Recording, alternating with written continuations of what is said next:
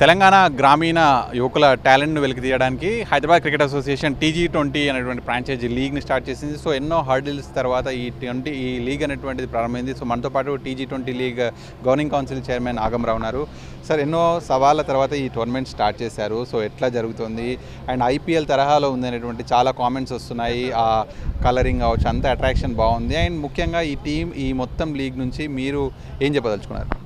Correct అండి. Generations of Telangana cricketers ఒక పెద్ద ఆపర్చునిటీ కోల్పోయారు ఇన్ని రోజుల నుంచి. బట్ ఈ ప్లాట్ఫామ్ ఇప్పుడు రావడము ఎంటైర్ తెలంగాణలో అందరూ చాలా సంతోషంగా ఉన్నారు.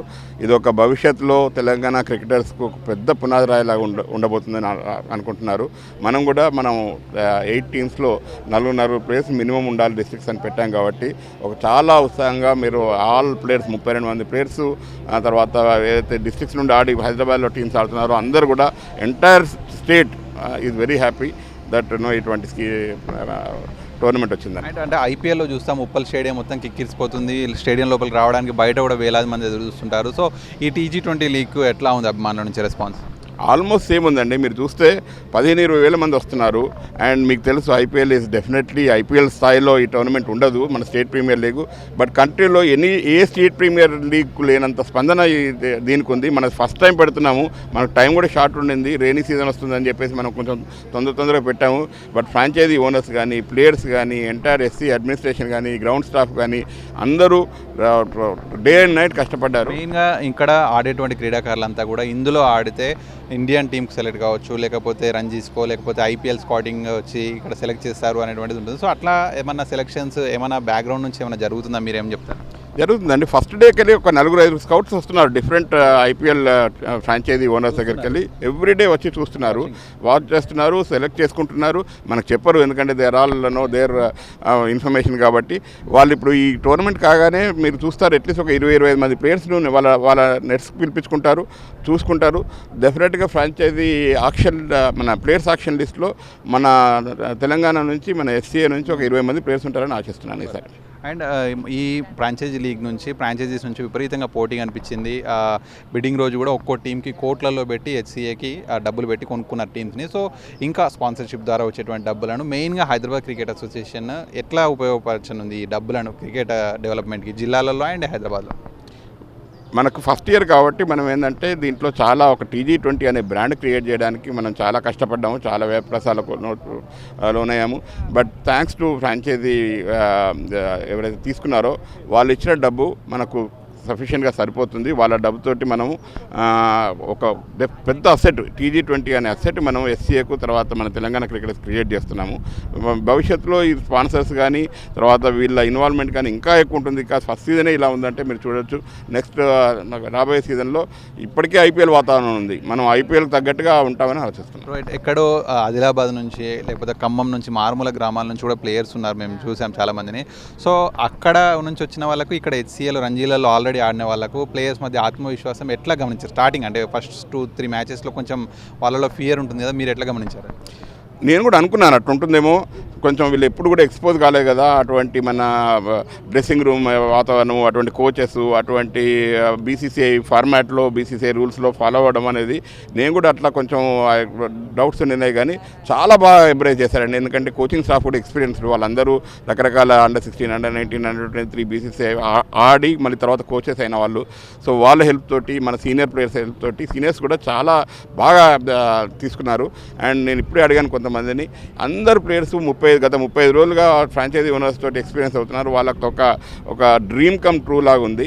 అండ్ మీరు చూస్తారు ఈ ప్లేయర్స్ మళ్ళీ డిస్ట్రిక్ట్స్కి వెళ్ళి రేపు రాబోయే లీగ్స్లో వాళ్ళ లెవెల్ ఆఫ్ పర్ఫార్మెన్స్ వాళ్ళు కూడా మళ్ళీ వాళ్ళ టీంను గైడ్ చేస్తారు. మెయిన్గా ఈ టీజీ20 లీగ్ను మన లైవ్ వాచింగ్ ఎలా ఉంది, దాని రెస్పాన్స్ ఎలా ఉంది? కోట్లల్లో ఉందండి, కోట్లల్లో ఉంది. అన్ఇమాజినబుల్. మేము అసలు ఎట్లా ఉండబోతుంది, ఫస్ట్ టైం కదా, మనకున్న ఎస్సీఏకున్న ఇష్యూస్, ఎస్సీఏకున్న వాతావరణంలో ఇది ఎలా కాబోతుంది అనుకున్నాం. కానీ ఎంటైర్ అసలు వరల్డ్ వైడ్ మన తెలుగు ప్రేక్షకులు తెలంగాణ అండ్ ఆంధ్ర కలుపుకొని అందరూ వాచ్ చేస్తున్నారు.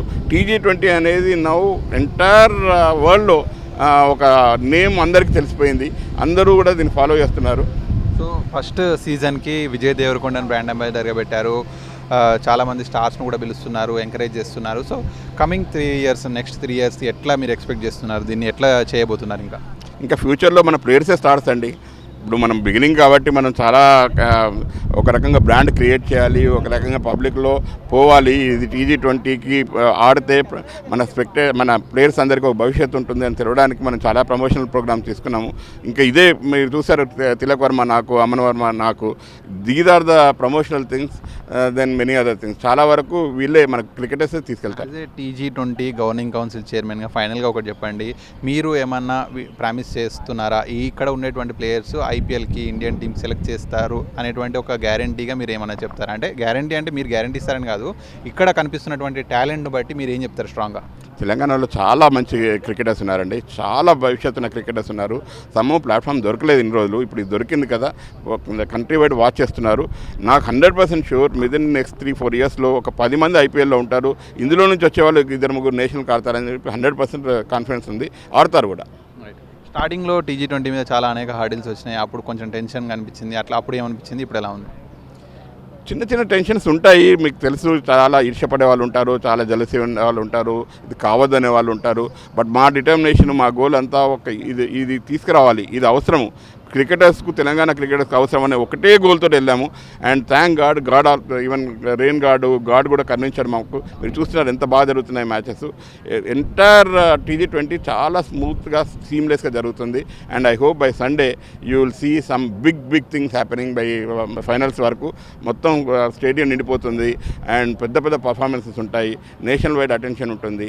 అండ్ ఈ TG20కి అందరూ ఆశీర్వదిస్తారని అనుకుంటున్నాను. ఏదైతే తెలంగాణ రూరల్ క్రికెట్ను ఎంకరేజ్ చేయడానికి ఈ TG20 లీగ్ అనేటువంటి ఫ్రాంచైజీ వచ్చింది. సో ఇంతవరకు తెలంగాణలో ఇటువంటి ఒక లీగ్ లేకపోవడం వల్ల అనేక మంది క్రీడాకారులు మరుగున పడిపోయారు. బట్ ఇప్పుడు ఆ సిచ్యువేషన్ లేదు. ఈ TG20 లీగ్ ద్వారా మినిమం ఒక 20-30 ప్లేయర్స్ అయినా ఖచ్చితంగా IPL లెవెల్లో ఎదుగుతారు, అలాగే ఇండియన్ టీం లెవెల్లో ఎదుగుతారు. సో వీళ్ళకి ఒక మంచి ప్లాట్ఫామ్ దొరికింది అనేటువంటిది TG20 governing council chairman Agamarao చెప్తున్నారు. సో ఇక్కడ నుంచి ఇంకా భవిష్యత్తు చాలా ఉంది తెలంగాణ క్రికెట్ అనేటువంటిది కూడా ఆయన ఎక్స్పెక్ట్ చేస్తున్నారు. విడుదల మహేష్ సాక్షి న్యూస్, ఉప్పల్ స్టేడియం నుంచి.